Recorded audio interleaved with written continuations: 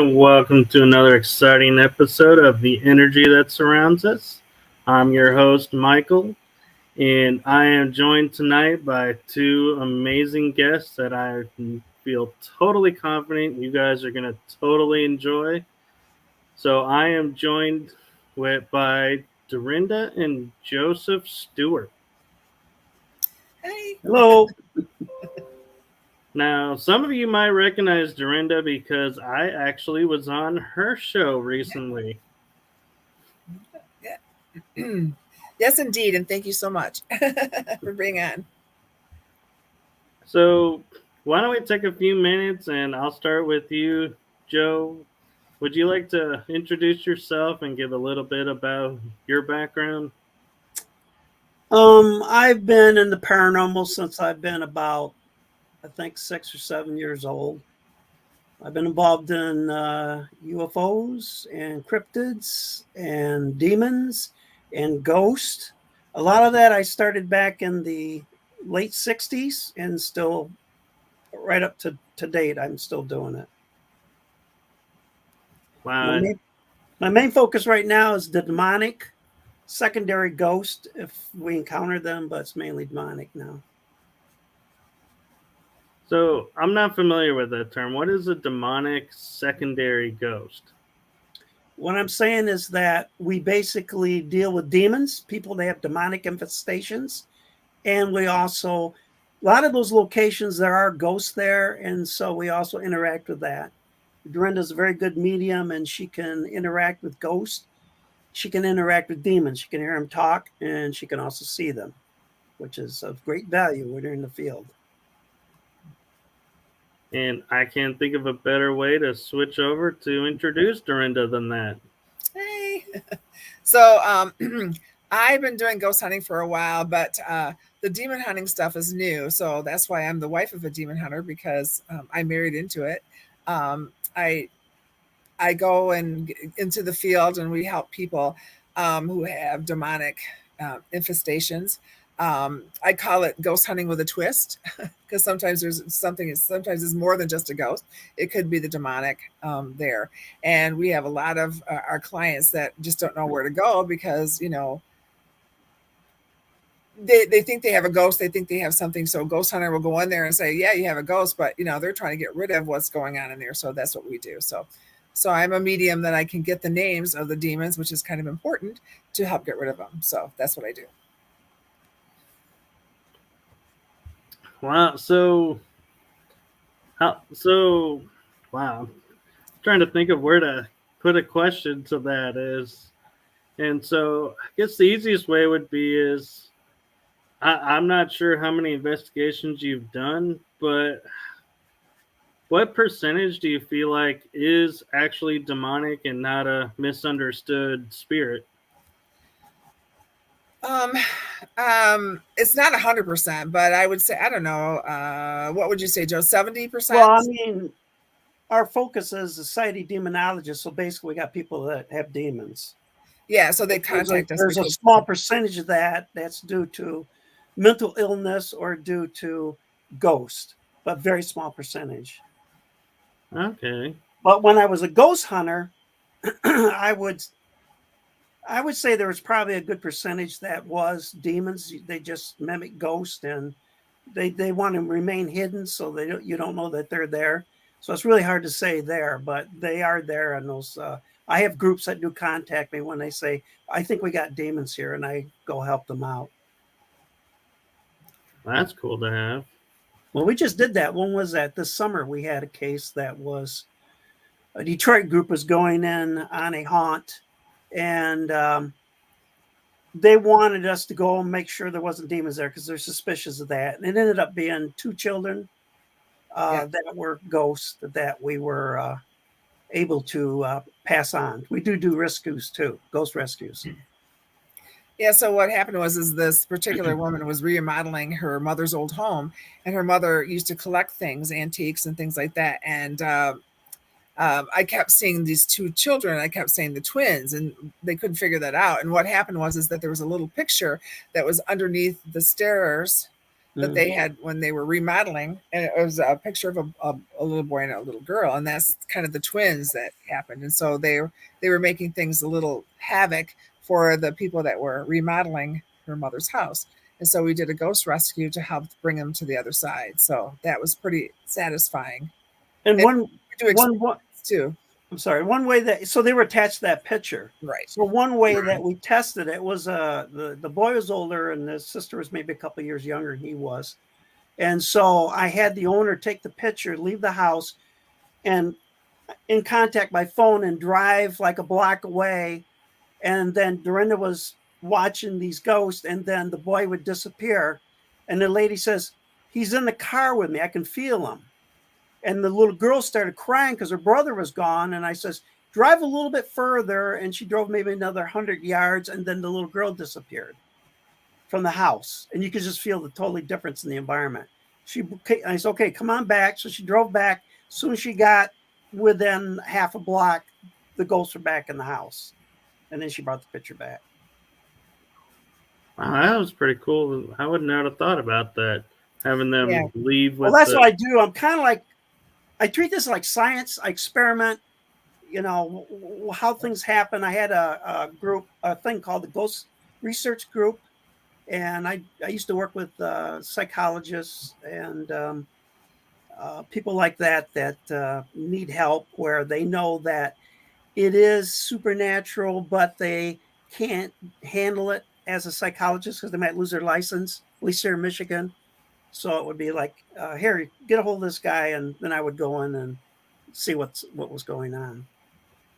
Right, and so you raise a good point. You're not actually, so your background isn't in like spiritual anything. So what made you turn and go from just regular ghost hunting to focusing on the demonology side?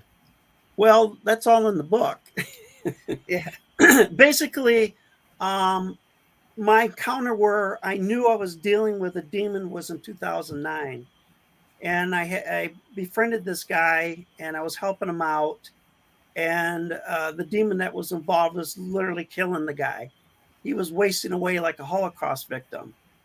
And it ended up being a sex demon, and his girlfriend was constantly being raped by this thing. So that's the journey, is learning how to deal with these demons. I study their behavior. I do things like we would try different symbols, religious symbols and stuff, to see what would be protective. So I didn't know if they worked or not. I would go and face them. And if I got beat up pretty bad, I knew they didn't work until I found something, it did work. And so to me, I'm studying their behavior. And that's all in the book, the journey, all the things that happen. So through stories, you see their behavior. And then later on, I do a little bit more analysis, comparing what I found out over the years, that kind of thing. Right. And I do what's called bindings. I bind a demon to an inanimate object. So basically the way it works, someone comes to us, we usually arrange a phone call. Durinda is very good. So when sometimes just by them talking on the phone, she knows immediately demonic's involved, and then names start coming to her. So I have to have the names to be able to control them. And so sometimes we follow up and go to their homes as well. We used to do that more pre-COVID, not so much now. And so then what happens is that we confirm what's there, and then I set a time to do a binding unknown to the people that are the victims. Right. Most times it's never done on the property. I do it in an isolated place. And what I do is I summon the demons to me. I have some protection, but when I summon them to me, at some point, now they got access to me, and I have to be quick at what I do in binding them to an inanimate object. And that's basically how it works. And then the individuals that are being affected are immediately free of it. It's gone forever because it's trapped. Right. It can't. And it's just totally amazing if you're actually in the environment when you do it. The environment changes. It's just immense what happens and how people change. And it's just fantastic what happens. It's like the light turns on. There's like Yeah. light. It's like, kind of like in the movies when the angels are going, ah, it's kind of like that when Right. you get rid of the demonic. So I gotta say, my curious mind is, where are all these objects that are bound? Where do you store them? What do you do with them once they're bound to something? Well, unlike Ed Warren, I don't put it in my basement. Yeah, no, we don't have a museum. No, I refuse that. Can't say. But Let's they're in a I mean, over time I learned how to bind them correctly. So they're in a state of kind of like in a coma. They're like in an inert state. They don't interact. But at some point they will, but I'll long be dead, so I'm not worried about it. Boy, I would hate to be in your property when if you guys move on and we don't have them on everything our starts property. waking up. We don't have them. We don't have them on our property. But I wouldn't deep sea fish in Lake Michigan or anything. I don't know. I'm just saying there might be some. There might be some there. May or may not. I don't know. I mean, I'm not with him when he does that, so I don't know where they are. I don't know where the bodies are buried. Yeah, I mean, they have come to the property before we really knew how to protect ourselves. Dorinda got strangled one early evening by one of them, or getting strangled by one of them, and I had an occasion where there was a gentleman about 70 miles from us. Me and my original partner were working that case, and he was psychic, and the guy was like, I don't think I'm going to have you guys do this. I want to get my life together, and all this kind of stuff. And then my friend, who knew nothing about it, he calls me up and he says, "What the hell's going on?" I said, "What do you mean?" He says, "Well, I'm hearing this demon laugh." And he says, "You guys aren't going to get him. I got him under total control." And so I decided to text the guy, and I says, "Well, let me tell you, it's okay. You don't want to do anything. That's fine. That's your decision. But this is what's going to happen." And I listed out. Then he came back and he says, "You know what? I think I'm going to have you guys come and do it." Now, at that moment, Dorinda's working a job. She was working late at night. And I'm sitting in the living room with my dog in my lap. And there's a deck outside where the window is. And I heard this noise. And then something just came to that window and attacked me right at that second. And the dog took off and hid. And it was like, 3 weeks for that dog to even go near that area. Mm-hmm. And I got beat up pretty bad. And she came home and said, "What the hell happened to you?" And I said, "That demon got me when I was, down there." I finally took care of the one, but it was, it just shows you, I mean, it was so instantaneous. It was seconds when I just text this guy, the thing came after me. Trial and error, like to learn to protect ourselves. Because, we had to figure out what worked and what didn't work. So there was trial and error all the time. We were trying to, so when he wrote that book, I mean, those things are tried and true that we've learned that these are what work, and there's other things that don't work. And what I find really interesting is that when new people come in to try to join the group, because we do have Society of Demonologists, they always try to change things up. And it's like, dude, no, you're not changing it up, because this is what works. And we're not going to risk anything just because, you read something on the internet, so it's tried and true what we do. Yeah. So you get a lot of basically what I consider unteachables. They just do their own thing. They don't listen. It's like, you know what? I've been doing this for a lot of years, and I've suffered a lot of pain and misery learning how to deal with this. And, be smart and just follow what we tell you to do. You'll come out okay. So I got to ask, I'm kind of curious, do you miss the regular just ghost hunting? No, I started ghost hunting like back in 1968. I mean, Hans Holzer's my hero back then. And, I used old reel tape recorder and 35 millimeter camera. We didn't have all the stuff. We didn't have any software to analyze the audio, That was my specialty, was EVPs later on in the years. That was my specialty. But, I mean, it's I guess it's kind of boring in a way.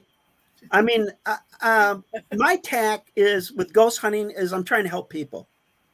We do a lot of residentials and things like that. I'm not big into the commercial stuff, where everybody's going out and having a good time and doing all this hunting and stuff.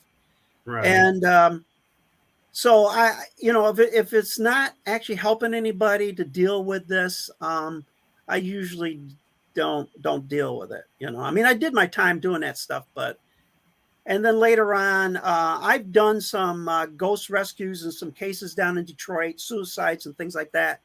And then finally, I was able to introduce Durinda to it. Was it last September? Yeah, that we that's new for me. The ghost rescue. Yeah, I didn't do that before, so it's a new thing. So yeah, and we had this. The woman was she about 77, I think she was, and she had an apartment. And there was another lady that, and she died. God, I think in 84 something in the 1980s. Yeah, yeah. And this woman moved in, and she was mid 60s. And she had her grandchildren, had pictures of them on her bureau. And then she used to bake cookies and things like this. And then she'd come out and the cookies be rearranged, or it looked like bite marks were taken out of them. And she couldn't figure out what was going on. And she had a strange feeling for this one room, and she slept in the other room. So we were called in, I think originally for the demonic, to see if there was demons there. Yeah. When we walked in, and we ended up finding this older woman that was dead. And so usually when you deal with ghosts like that, to pass them on, is that you got to get them grounded in reality. So Durinda was talking for her as she would talk to Durinda, and she'd tell me what she was saying. And basically what we ended up doing was, she's living in a closet in her old bedroom is where she was. And so I just tried to bring that reality. Look is this your bed? Is this the coverings that you use? Are these your paintings? And she's looking at all the stuff, and all of a sudden realizing things have changed, because she doesn't see it that way. She sees it the way it used to be. And then she started breaking down. And then eventually, told her, well, your grandkids are growing up, and they probably got kids. You probably got great grandkids, Right. And, they don't really need you anymore. They're doing fine and all this. And eventually she, I think that's when the light appeared, and Durinda was describing it was like a crack, but a bright light coming through it. And I'm standing by the closet. There's a bed between me and Durinda. And so I tell Durinda, I says, take her by the hand. And the Durinda's like, it's squeezing her hand really hard. And I says, just kind of in your mind, just start walking her to the light. And the lady got to the light, and she said, can you come with me? And Durinda said, no, it's not my time. I can't go. You're going to have to go on your own. And then it just opened up a little wider, and she stepped in, and it slammed shut. Now I'm standing right next to it. I don't see any of this. And the next thing I know, I felt the shutter of that thing close. It literally shook the bureau, and it shook underneath me briefly, like a little earthquake when it closed up. Everyone in the room felt it. Yeah. And it was just, the environment just totally changed. There was nothing there anymore. And we checked back to the lady, and it's no problems at all. It's home. It's none of this paranormal stuff going on. Okay, well, Ashley is asking what's happening, and so we are discussing some cases that they've worked on where they were just explaining how they helped a spirit pass on and move on to the next stage. And we were discussing how they got into demonology, so you can catch up on that. And I'm actually going to shift for a moment because you mentioned cryptids. And it's something that I've just started getting more and more aware of and hearing more about. So what are your favorite cryptids that you like to research? My favorite is Bigfoot. I've been researching him for over 50 years. I'm writing a book on it right now. Actually, I'm just about finished with it. I'm doing the last chapter. And I have a lot of genetic material that is currently at Cambridge, England, that I'm still waiting for them to do the test to see what it shows. And I was hoping to be done before the book came out, but I don't think it's kind of neck and neck kind of thing. So I don't think it's going to happen. But yeah, same thing. I go in, and I've been, I had an encounter when I was 14 years old with a Sasquatch. I didn't know what the hell I was looking at. This was been in 1968. I had no idea what I was looking at. And I always kept it in mind And over the years, I always kept looking for them, and I started learning, their the signs of the Sasquatches when in a particular area, and then I learned what kind of areas, the habitats where they reside. And so over time, I got really good at tracking them. I can go in an area now, and I'll tell you if they're in there or not, and I can track them down to the general area where they're at. And Durinda's joined me on that many times. Since we got married, we started going up. And I've seen one. I'd go out. I've seen a couple. Yeah, I would go out and and that's what's in the book here. I would go out and spend like 8 days living in the swamp, and they were in there, heavily in there, and interact with them, And so the book's all about that, and little experiments that I did, and showing their intelligence, and just a variety of things will be in that book that I'm finishing up now. So Paula has an interesting question for you, but before I get to that, I was curious, since you're saying you spent like a week in the swamps with them. Mm-hmm. Do you feel like either they're really good at hide and seek and that's why people haven't found them, or do you feel like they're actually come in through portals and that's why they're only here for certain times and you can only see them certain ways? Well, they're here. And from my experience, they are, they avoid mankind. They see us as a dangerous predator. Which and, we are. When you go in the wilderness, when you're walking, you look in a particular direction, you might look straight ahead or something like that. And what the Sasquatch does is they always make sure they're not in your line of vision. They could be laying on the ground. They could be up in a tree. Mm-hmm. That's the reason you don't see them, most times. They're aware when you're in that area before you're even aware they're even there. So as the portal part, yeah, I've heard a lot of stories about that. I haven't witnessed that. The Indians talk a lot about that because I'm in the areas that's all Indians up in there, Native Americans, the Ojibwas, and the Little River Band and Potawatomis, all those tribes that are up there. So I don't know as far as portals go, but they're very good at hide and seek. Very good at it. Yeah. I just think of the portal because we've never been able to find like a village or a home that you can say this is where Sasquatch lives. And so I'm like, oh, I have. Oh, you have? I found shelters that they build, several different types. And I have pictures of it in the book. I got a lot of pictures in the book of all these things as well. And I've used to hunt actually with an Odawa Indian. The part that I talk about is 2013 when I had these encounters.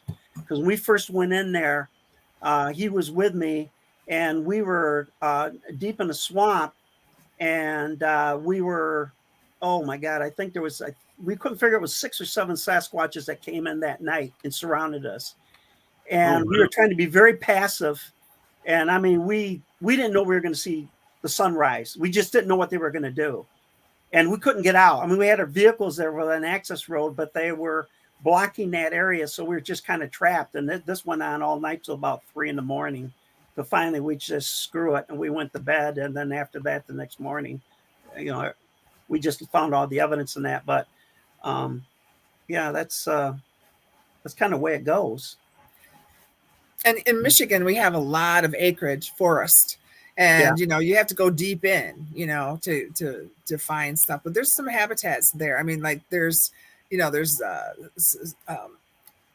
stick stacking. They stack sticks and they do all kinds of stuff. But you got to go in there. I mean, it's like you go in no man's land, and all of a sudden you see something that's, like an axe or a thing, like a, I don't know how you explain it, but anyway, you see these things and you're like, okay, how did that get there?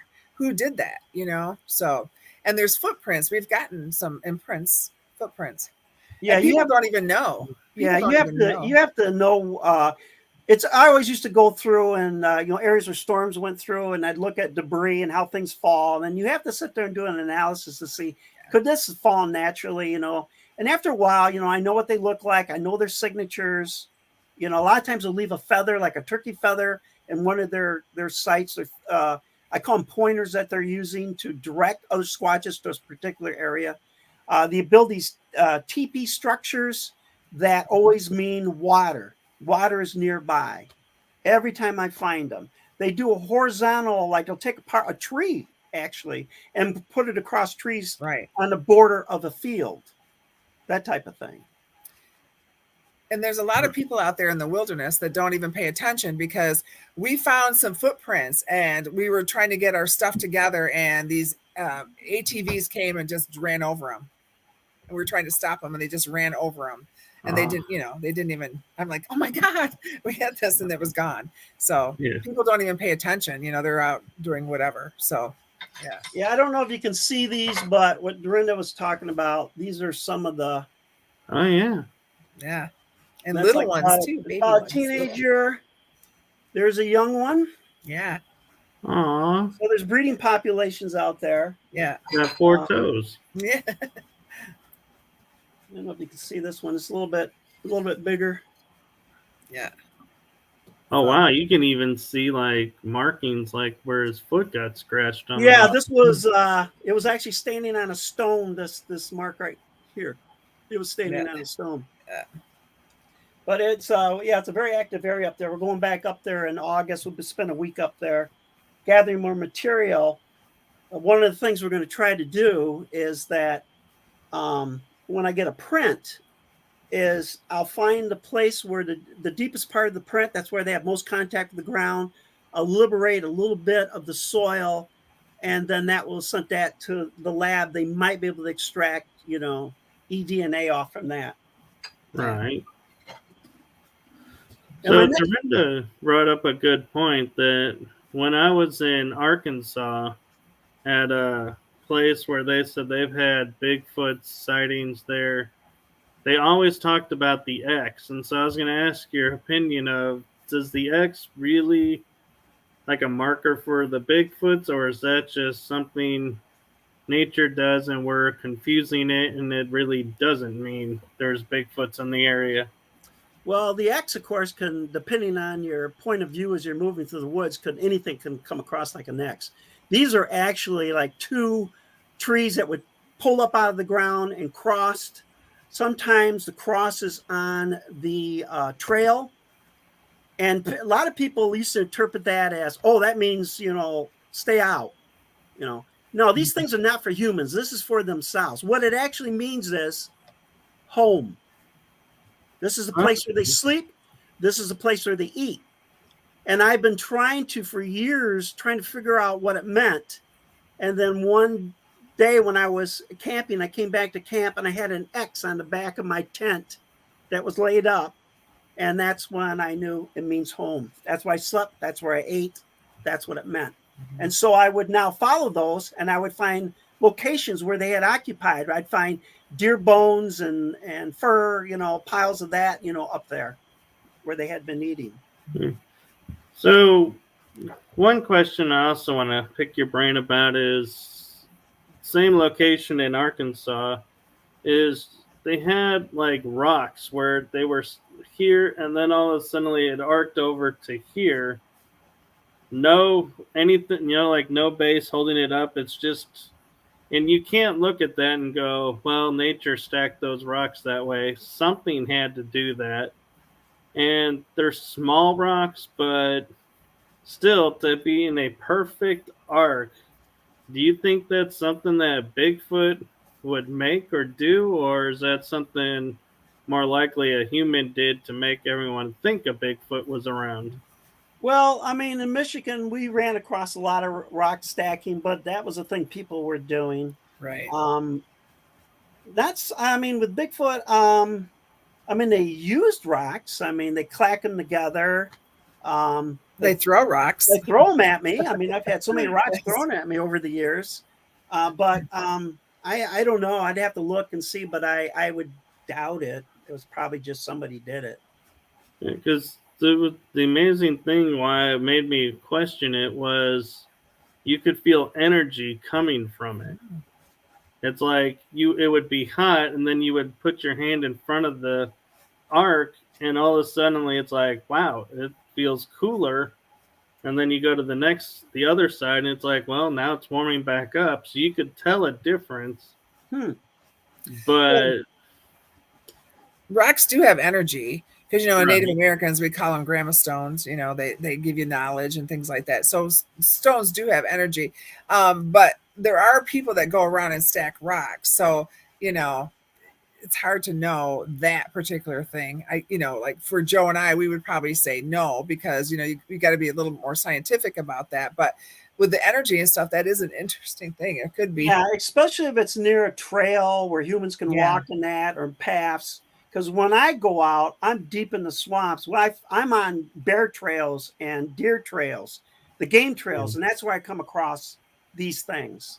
Yeah, it is a trail, but it's on private land, and so it's restricted area. But that's there's the kind of no area way. that Sasquatch likes. Loves, private areas. Yeah. I mean, it could be. I don't know. Yeah. So I'm going to go back to Paula's question while we're here is, do you believe the Jersey Devil exists? I don't know. I've never investigated. I would love to investigate it. I mean, I've seen documentaries on it. I think I read a book on it. I don't know. There's something going on. I don't know if what is there matches the story, what they think it is, but there might be some kind of cryptid running around out there. So is the Jersey Devil like Dogman? He's in the Barrens. He's in the Barrens. Okay, but is he like Dogman? Is that kind of like? Oh, is it different? Okay. There's a long story how it comes about, but all right. But I would like to investigate it. That'd be kind of fun to go out there and investigate it. Yeah, she says, "Thank you. I'm always curious of others' thoughts." And the Barren Pines. Yeah. And Durinda brought up another one. I'm curious because I know it's been cited in Michigan. Is the Dogman? What's your thoughts on the Dogman? Well, that's my second cryptid thing. I have hunted it. I have interviewed people that actually have seen it. I had an encounter with it at a distance. So, it exists, but I haven't really spent a tremendous amount of time on it because I've been focused on Bigfoot for the last several years trying to get this book and research done on it. But I would like to start getting more involved in that part of it. Unfortunately, I can't find anybody who wants to hunt including me. I don't want. It's like I'll do Bigfoot. I'll do demons. I will not do Dogman. It scares me. I don't know why, but it does. So you think Dogman is a relative of, or is a misidentified werewolf? Well, I don't. It depends on what you call a werewolf. Are you talking about a man that turns into wolf? I mean, I can't think of the term for him, but in Latin it means dog-headed men. And Christopher Columbus talked about running into them in the Americas. Marco Polo talked about running into them on his journeys. And Alexander the Great had an encounter with them on the island of these dog-headed people, describing exactly what you're talking about. Right. And I looked up because somebody asked me about it being here in Texas, and I had never heard of it, and looked it up and found out they are global. Yes. They are out in the summer. They're out in the winter. They're out in the day. They're out in the night. So there's really no, in my opinion, there's like no way to predict when you're going to come across. Yeah, I think the earliest sighting I remember is something like 440 BC. It's the earliest sighting that I found. So they've been around a long time. But this Indian friend that I hunted with, his father back in 58 in an area, this lake that had a lot of Bigfoot activity. I mean, we had all kinds of footprints. There must have been close to 30 different prints in that place. And his dad used to fish that lake, and he had an encounter with a dog man that really scared the hell out of him. We didn't run into anything like that years later, but he's in Michigan for sure. Mostly on the west coast along Lake Michigan, where a lot of the sightings take place. But it prefers swamps. It really likes the swamps. Okay. Paula is asking, she says, they say it appears to look like what a real werewolf would look like, I believe, right? Yeah, I mean, its eyes are kind of an amber orange color. And the odd thing about them, it's not reflective. It actually glows. It's like a self-illuminating. And they have a long snout. and it almost looks kind of like a German Shepherd in a way. It's got the ears are really pointy. The body, upper body, is like that of a man, very similar to a man, and the arms are longer, probably to about knees because it runs on all fours and also stands on its hind legs, which usually about 7 feet tall. So, according to the Hollywood version of the werewolf, yeah, it looks a lot like a werewolf. Right. That's And what I was gonna say. so, What does it look? What does it look like the Hollywood version? So, I mean, unless you've actually seen one, you're not gonna really know what a real werewolf looks like until you actually see it. I guess right. And to be honest, I never really bought into the, oh, if a wolf bites a man in the full moon, Yeah, he becomes a wolf walking on 2 feet. I'm like, yeah, that's Hollywood. there's a Yeah, lot I of mean, Hollywood. I researched this, wrote an article on it many years ago, and in actuality, people by choice became werewolves, and it usually involved some sort of a belt that was given to them by the evil one or whatever, and they put this belt on, and they would turn into a wolf, or if they drank from the puddle of a wolf's print and could turn into a wolf. But there was actually no physical changes ever really took place. And basically, what those stories were covering up was cannibalism, is what was going on.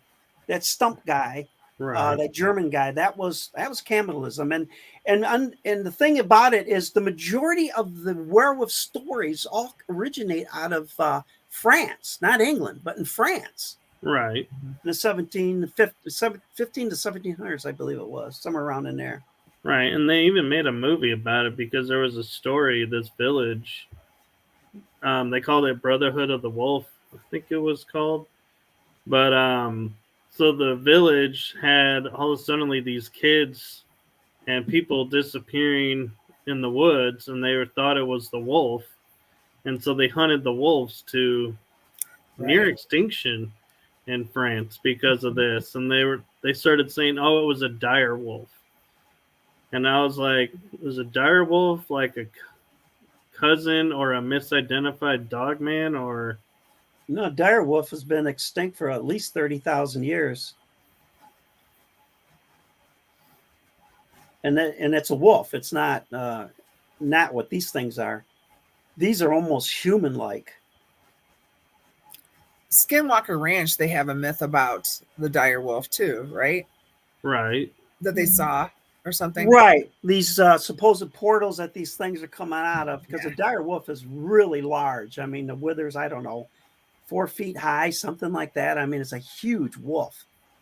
But it died out a long time ago. But that's not to say there's still Hopefully. some around. But that wouldn't be Dogman. That is an actual wolf. That's in the fossil records.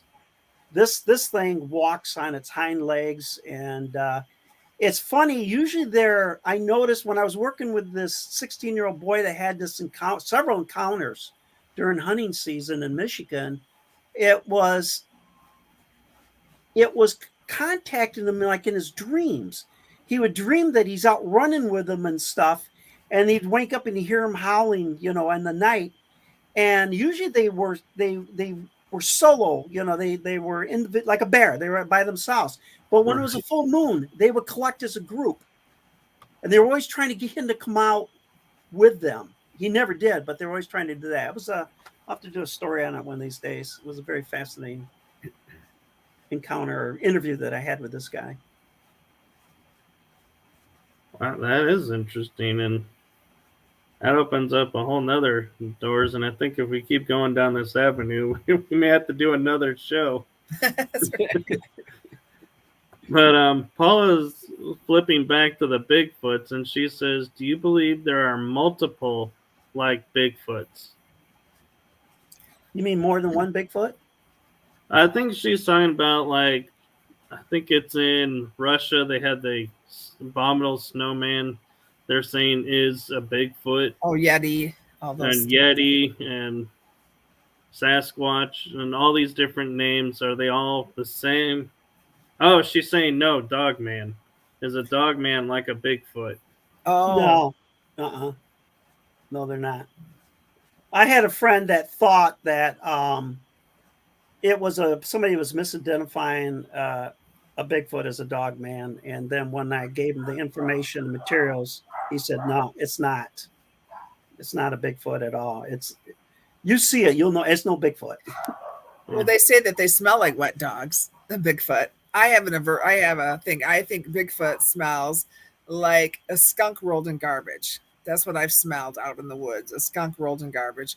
But some people have said that it smelled like a wet dog. So I'm wondering if that's what they're thinking. And I've tracked Bigfoot, and the biggest one that I ever came across was 12 feet tall. Dogman is like, he's strong and muscular, but he's much thinner. Bigfoot is very, very large, very big. Muscular, almost like not a bodybuilder, but more like a power lifter. You know, he got the bulk. Right. And it's totally different. Totally. Yeah, because they take trees and twist them and break them off. So that's the thing. When you look at different symbols, you have to see how they are, because they'll take it and literally twist it and then bring it down. And that's the difficulty when you're hunting the dogman, is that they don't leave things behind like the Bigfoot does. The Bigfoot leaves all kinds of stuff, stick structures, glyphs, that type of things for themselves. Dogman doesn't leave anything like that. You just have to go by sightings and then go in that area and knowing the kind of habitats in and see if you can track it down. Yeah, what you're going to do when you find it, that's a different story. Right. And I'm going to throw a topic at you that I'm not sure if you've heard of or researched: the Alaska Triangle. Yeah, I've heard of it. Do you think that's where like Bigfoot and a lot of them could be coming from and traveling around or hanging out there, or do you think that's something totally different? The Bigfoot is basically everywhere. It's like on all the continents, it's all the states of the United States, and they go back long time. The triangle, most thing that I'm familiar with is the UFO sightings and things like that. And there's bases up there, which would, that'd be a good reason for UFOs to be hanging around, Air Force bases up there. But no, they're everywhere. They're everywhere. Yes. Do you have small pockets of them? We have game reserves here. They're here in these game reserves, and they're very, very difficult to find because they're so good about keeping hidden. But when we go up, like she's talking about, where there's millions of acres up there, there's populations are much bigger populations. So you have got a lot more communication between the groups, and you see a lot more of those stick structures and glyphs than you do down here. It's mostly to give you an idea. To give you an idea how remote it is up there, you could be driving for an hour and not see a car. It's that remote up there in the UP where we go. Yeah. Right. Yeah. The other reason why I mentioned the Alaska Triangle is the native tribes that are up there, the Eskimos, all have reports of seeing like thunderbirds that are extinct and dinosaurs and a bunch of what we think are extinct, and they're like, there's so much vast wilderness. It's like, could they be hanging out there? They're finding stuff all the time. Things are supposed to be extinct, and they're finding them. So, sure, why not? And Bigfoot is a lot like Native Americans, because they do have like what we call a winter home and a summer home. They do migrate through areas. So you'll have an area that's really kind of a hot spot, and then it'll move, several miles down the road, and then you'll find more things. But they basically, like the Indians do. Indians have their camps, like she said.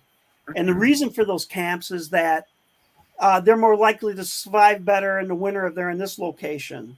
And in the summertime, they go to that location. The Sasquatch go where the food is, which is like the white-tailed deer in our area. So Bigfoots they like to eat deer? I never heard of that. They like deer? What? They like to eat deer? Yeah, their main source in Michigan is whitetail. I can't blame them. I like venison. You like venison too? You like it raw? Tartar? Well, I've never actually had venison tartar, but I like my steaks medium rare, so or rare but not like bloody rare. Yeah. Well, Sasquatches are omnivores, and they will eat roadkill too. So they take advantage of whatever they can get. Because you got to think about this. You got something that can be up to from maybe 800 to 1,000 pounds, and it takes a lot of calories for that body.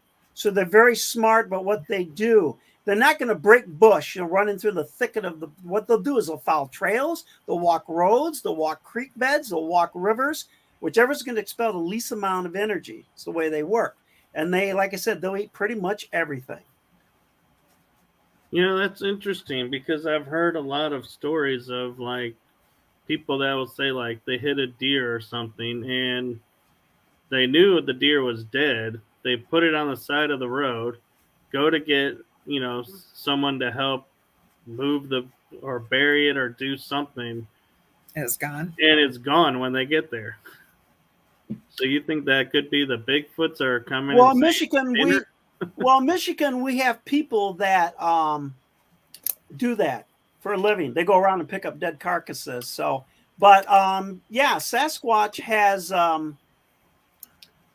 there's hunters that I talked to that shot a deer with an arrow and it wasn't quite dead yet, and it went so many yards before it dropped dead.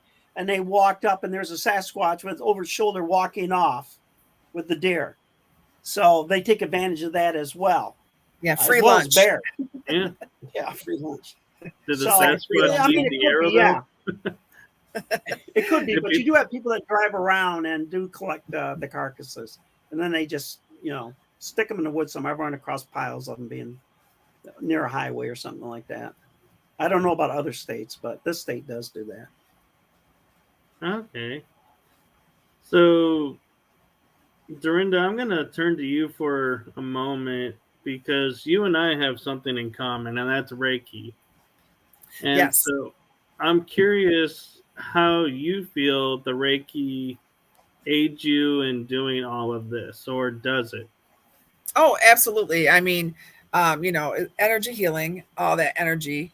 But the first demon encounter that I sort of had was when I did Reiki on Joe. And it's kind of written in the book.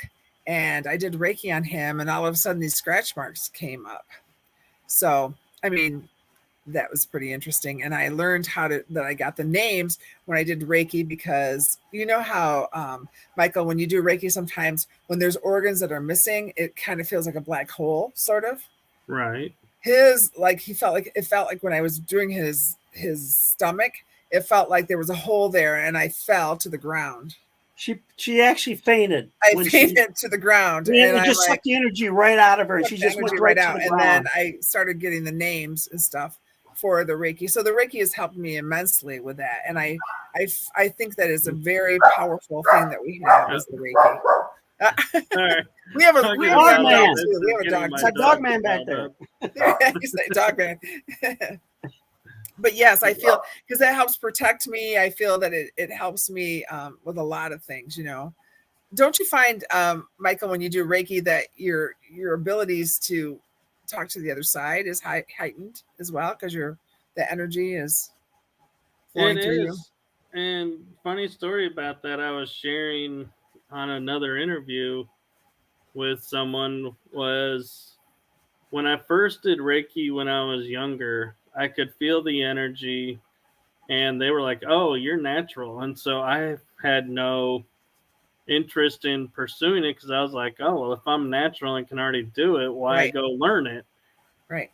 And then years later, I came across a friend who was a medium, and he does Reiki, and I went to one of his Reiki circles, and he teaches you, when you're reading the body, one side's masculine, one side's feminine. Mm-hmm.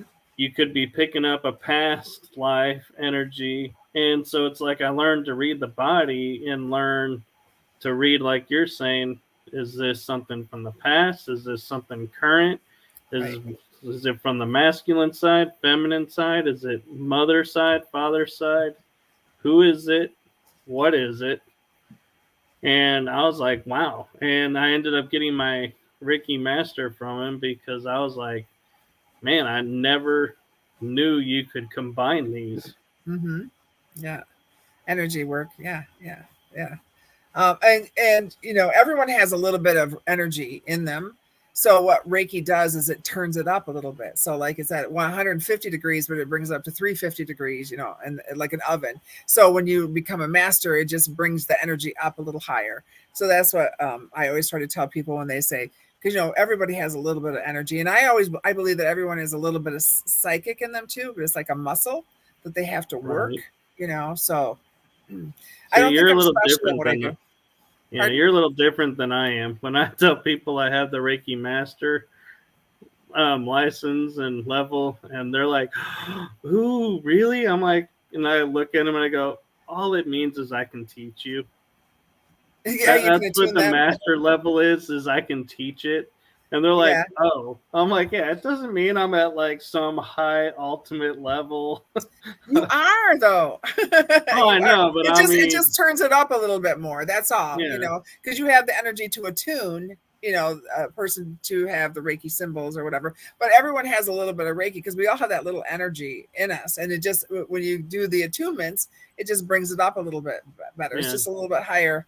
Sort of like instead of getting your master's, you're getting your PhD. That's all, really. Yeah, I think it was Reiki 2 was the one that I really liked because I learned how to do it remote. Like I Yes, the didn't even have to have distant is a good thing. someone Yeah, right right. there. It's like Joe could be saying right now, "Man, my shoulder's hurting," and I could go boom right Yeah, into Reiki exactly. mode right here. I don't even have to be in the room. It's his That elbow. to me His was elbow is cool. hurting. Help him out, Michael. He's been complaining about it all day. His elbow, right, Joe? I got a torn ligament on my elbow dealing with demons several months back. Yeah. So have at it. But So that's the thing is it's a cool energy thing that you do, and yeah, like you said, you get information when you when you do the energy field. And I feel that that's how I know like people's names and things like that, because it's a form of psychometry. If you think about it, Reiki really is kind of a form of psychometry. If you're touching a person's body, you are getting their information. So yeah, and I don't know if it's the same for you or if it's something unique. Is when I do the Reiki when I'm, how you first do the scan of the body and everything, mhm. it's like I see a holographic image pop up in front of me with all these lines through it, and some are dimmer than others. And so it's like I go, oh, I need to pluck these lines that are dimmer, clean them so they're Mhm. shining bright. And then it's like, yeah, people seem to get relief from that, but I don't even know what those lines are. Well, that's your gift. That's the gift in reading it. For me, mine is when I scan it, I feel the hot, cold. There's like a void or something. There's like different things that I feel in there. So when I do the scan, I don't see the lines like you see, but I feel the energy that goes through, and I can tell, like you sit there and you kind of go, okay, there's something going on here. And then I'm like, okay, so your hip, and they're like, or um, one of the big ones that I always get is, I think you have a hernia, or something. And they're like, how did you know? And I'm like, well, I feel it, So there's different things like Right. that too that go Yeah, on. I've felt that, and that's like you're saying is you feel these cold spots. And one of the things that amazes me is like I could be like somebody will say my back is hurting, and I'll be directed to put all my energy at their ankles, and I'm like, how is this helping their back? Their back is over there. I'm down here. What? And it's like, and then it's like, that's when I think they were showing me how everything is Connected. interconnected with our body. And so it's like, you may think it's up there, but actually the blockage is down here. Or it could be that it's so tender up there, they're able to push the energy through here and the body's more tolerant of it so it doesn't get overwhelmed. I don't Right. know. It's interesting Or to me. if you're feeling the ankles and it's in the back, maybe they're walking or doing something that's creating that pain up there. So if you straighten this out, it will even out the stuff, because our hips and our legs and everything is all connected to our back. I mean, you know, we have a core and all that stuff. So, you know, it's like everything is connected. So when you find something there, and that's the thing, because the energy tells you where you need to go. So that's where you go. And so, and that's you're doing exactly how it should be. The energy tells you what to do. And if a person's like sitting there going, it's my back, and you're at his ankles, and then all of a sudden they're going, hey, what are you doing? I'm clearing the energy. I'm getting that for you. So works out. I'm also wondering if you ever do like I do, where they tell you you're not supposed to do like energy work on yourself. And I'm like, I'll feel my shoulder twinging and I'm like, I'll blast it. I'm like, I don't necessarily always want to go to somebody else when it's like, I feel like I have the energy. Why can't I do it on myself? Well, that's interesting because Reiki 1 is supposed to be healing thyself. That's how I was always taught, was Reiki 1 is you do it on yourself. And then Reiki 2 is when you do it with others. And then Reiki 3 is when you can teach others how to do it, you know, and attune people.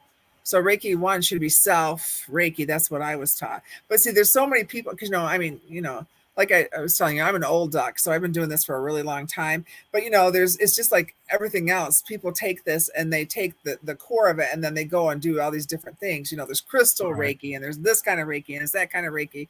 And it's like, I just have the basic Reiki, and that's what I use, you know, from, you know. Yeah, sometimes you don't need to mess with what works. Yeah, I know if it does. And that's the thing, because, you know, like everybody wants to have, you know, make it their own, and which is cool, you know, because with the stones and the crystals and all this stuff, that's cool. You can use stones and all that stuff with it. I've done that myself, but, you know, it's the base, you know, you have the basics, you know, so. Yeah. One thing I've learned is I can pull in like the elements. And so if I'm somewhere and I'm like, man, I'm getting thirsty, I will sit there and be like, and I will form like this energy ball in my hand and go, this is the essence of like water. And then I'll just be like, and I will feel like I just had a glass of water. It'd be like, that's very cool. No, no, that doesn't happen to me. So that's very cool, Michael. It's cool. Keep yourself hydrated while you're doing it. Yeah, you've got to these days, especially living in Texas.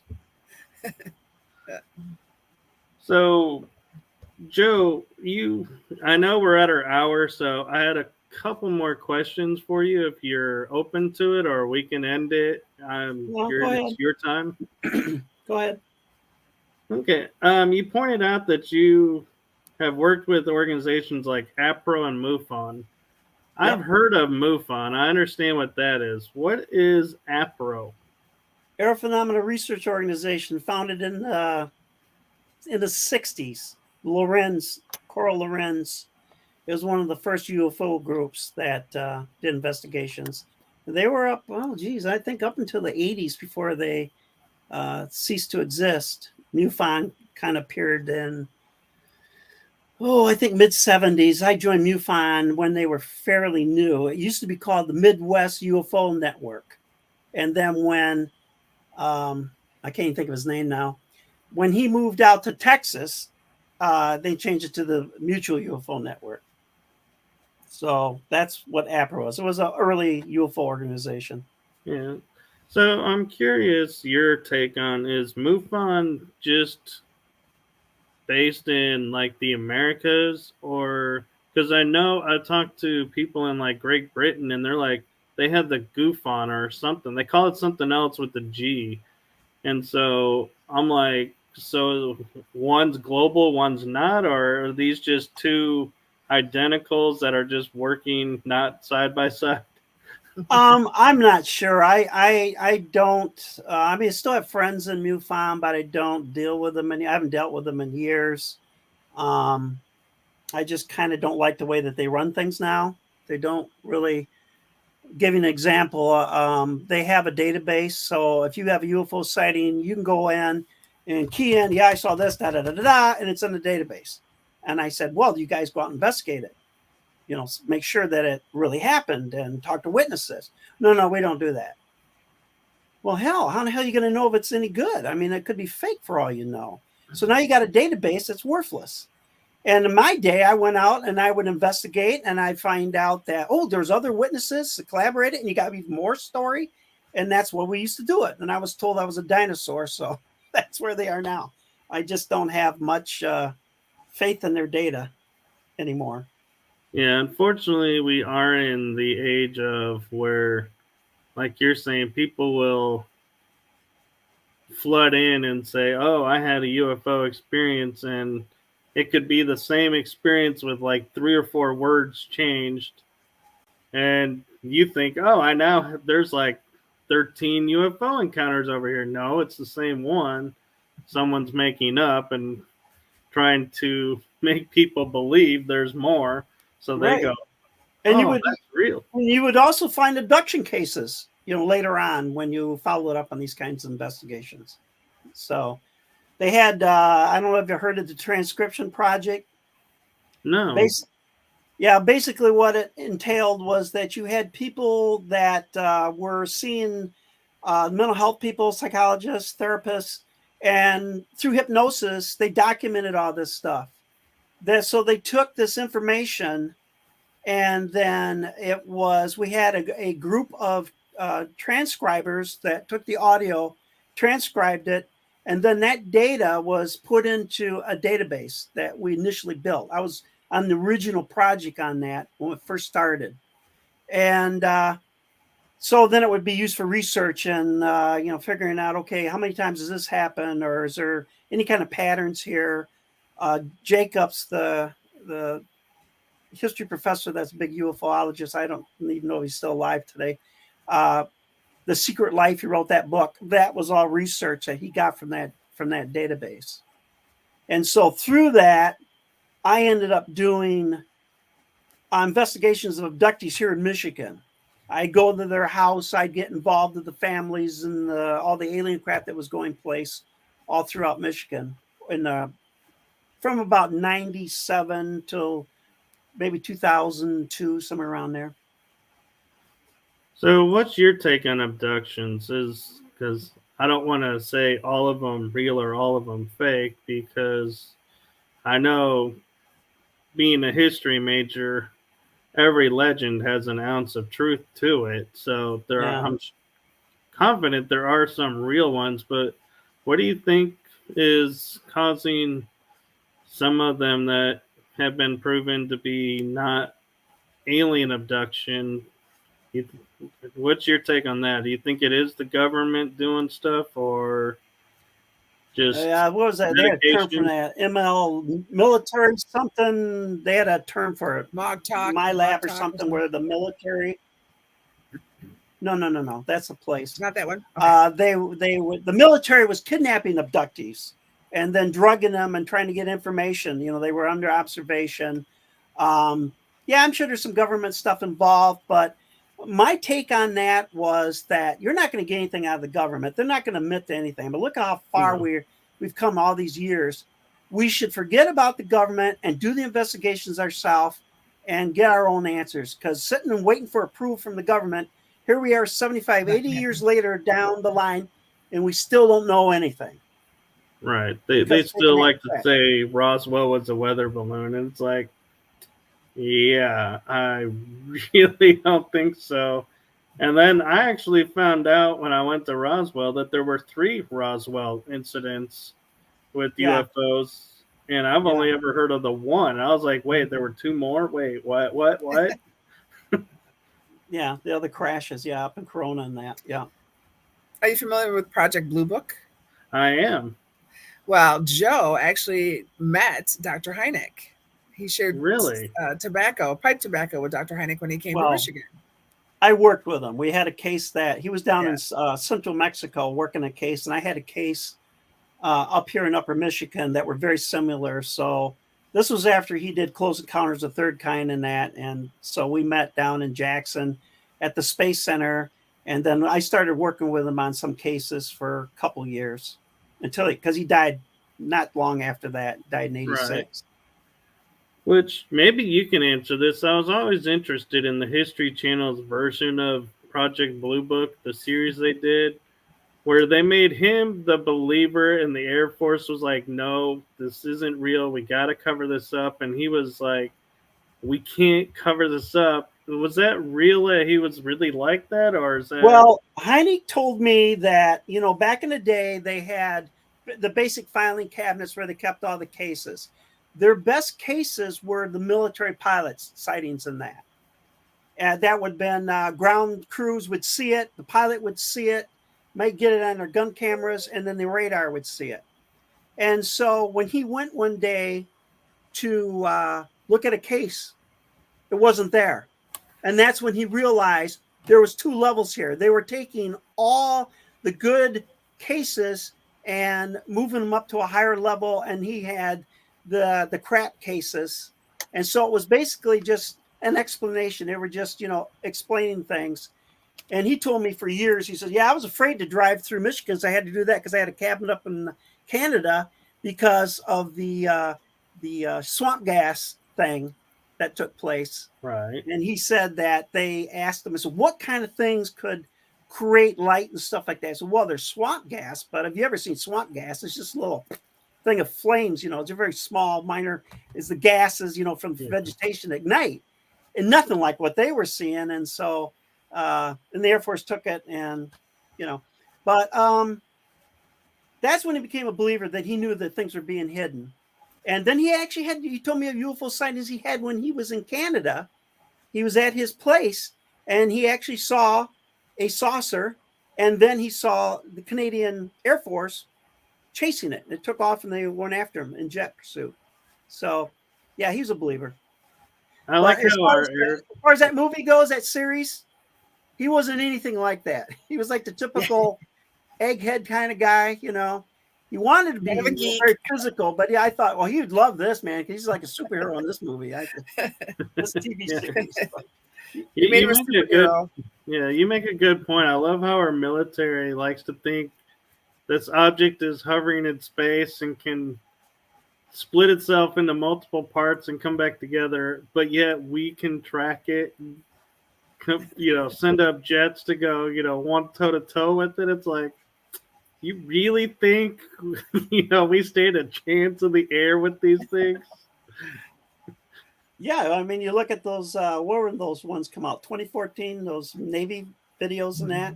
The Tic Tac? Yeah. I mean, to see what they did was just amazing. The speeds. Yeah, and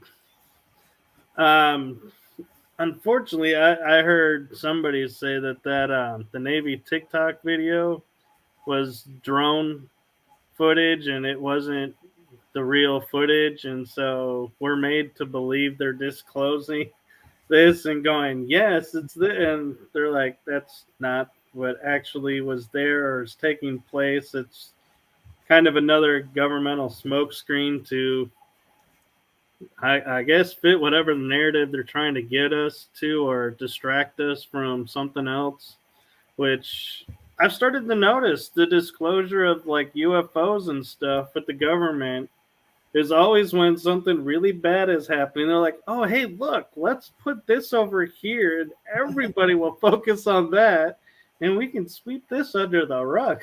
Yeah. Oh, yeah. Paying no attention to the man by the curtain there, right? Right. Yeah. So I know you guys, it's late for you guys. I appreciate you coming on, and I'm so grateful to have you guys on my show. Well, thank you for having us. Thanks for having us. This was a really fun episode, and I'm going to share with you, Nathan Sandoval said, this Joseph guy is awesome, very knowledgeable. Well, thank you. He knows the thing or two. So before I switch over to our outro and end, where can people find both of you? Well, I have a podcast called Wife of a Demon Hunter. You can find that on Spotify or Google Podcast, TuneIn Podcast. It's just Wife of a Demon Hunter. And then I do have a Facebook page called Society of Demonologists. So you can get a hold of us there. And then, Joe? We have a website, but that's if you got a demon case. But it's called societyofdemonologists.org. And you can contact us through there, too. And then he's got a book, too. I was just saying, you have a book to promote. He's got a book. It's called Yeah. Demons: A Secular Look. And So as where I can just, people find your book? it's Amazon has it, Target has it, Walmart has it. Barnes and Noble. It's global. I mean, you know, we even found it up in Oxford, England. It's there, so Yeah. it's all over. Wow, was that a proud moment for you to find it in Oxford? Yeah. Yes, Exactly. it was quite surprising.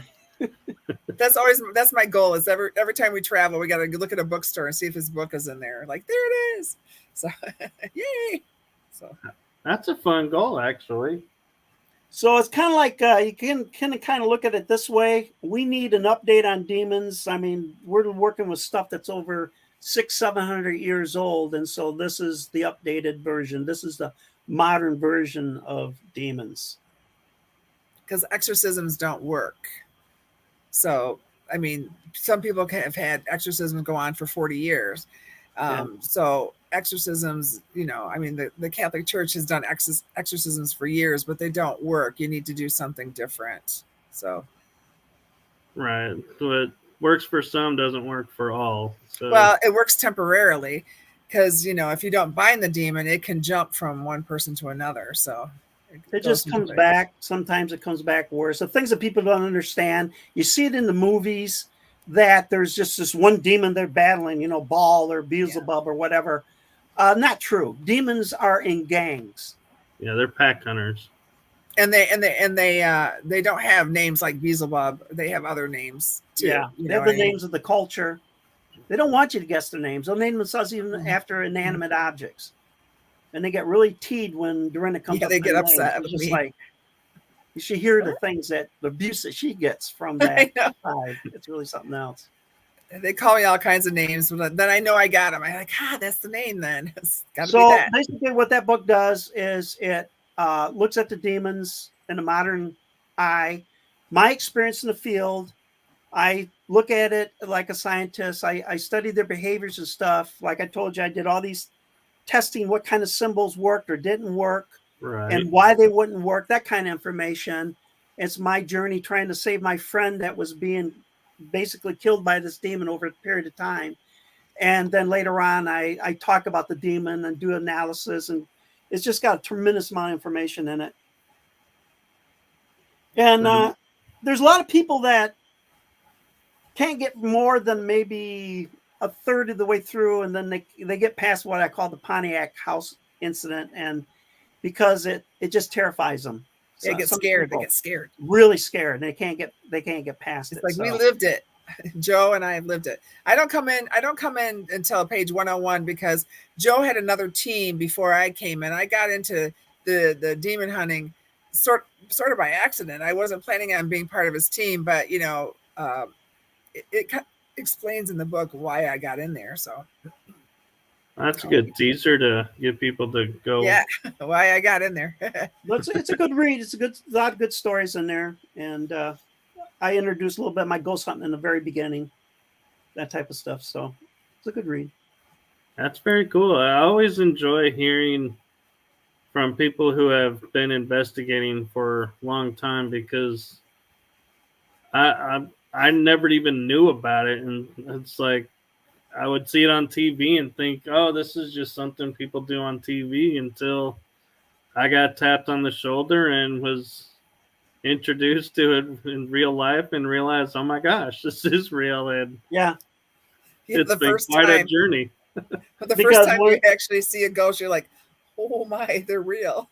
Right? Because I felt that way about demons. I thought, no, this is nonsense. This doesn't exist. Right. You know, because ghosts. I mean, if you're an angry old guy and you die, you're an angry old ghost. You know, your personality doesn't reboot. You're the same. And that's what I thought it was. And then initially I was dealing with some Catholics, and and that's why, they went the demon way. And then I found out, oh no, this is real. Yep, the fun we put up with.